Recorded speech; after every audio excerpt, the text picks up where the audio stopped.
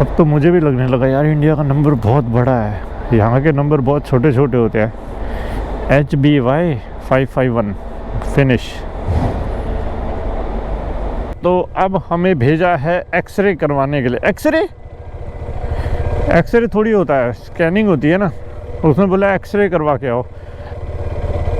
ये आपको दिख रहा है, ये है एक्चुअली एक्सरे मशीन। लाइटिंग पड़ रही होगी, अजीब सी आ रही है लाइटें, लेकिन फिर भी आपको दिखा रहा हूँ। हमारी बाइक का अब एक्सरे होगा।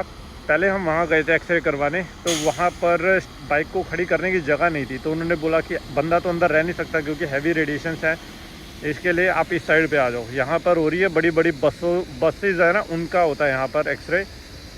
तो बाइक ऐसे जैसे बीच में खड़ी है वैसे खड़ी कर दी जाएगी और फिर ये मशीन आगे पीछे चलेगी और एक्सरे होगा और रिपोर्ट आ जाएगी कि सब कुछ ठीक है, इलीगल सामान नहीं है इसके अंदर। बेसिकली स्कैनिंग होती है, एक्सरे वर्ड यूज़ कर रहे हैं। आई डोंट नो यहाँ पर एक्सरे वर्ड यूज़ कर रहे हैं लोग। कुछ गड़बड़ निकली क्या? लाल बटन दब गया।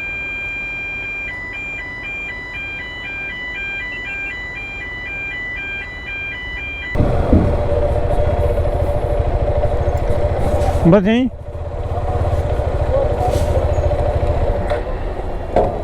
क्या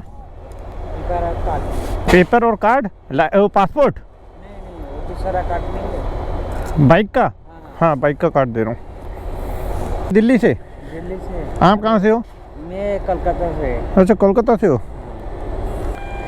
ये रहा ऊपर ऊपर। और वो पेपर कौन सा पेपर? इधर झुमरुक वाला जो पेपर दिया ना, ये वाला। हाँ आ जाओ।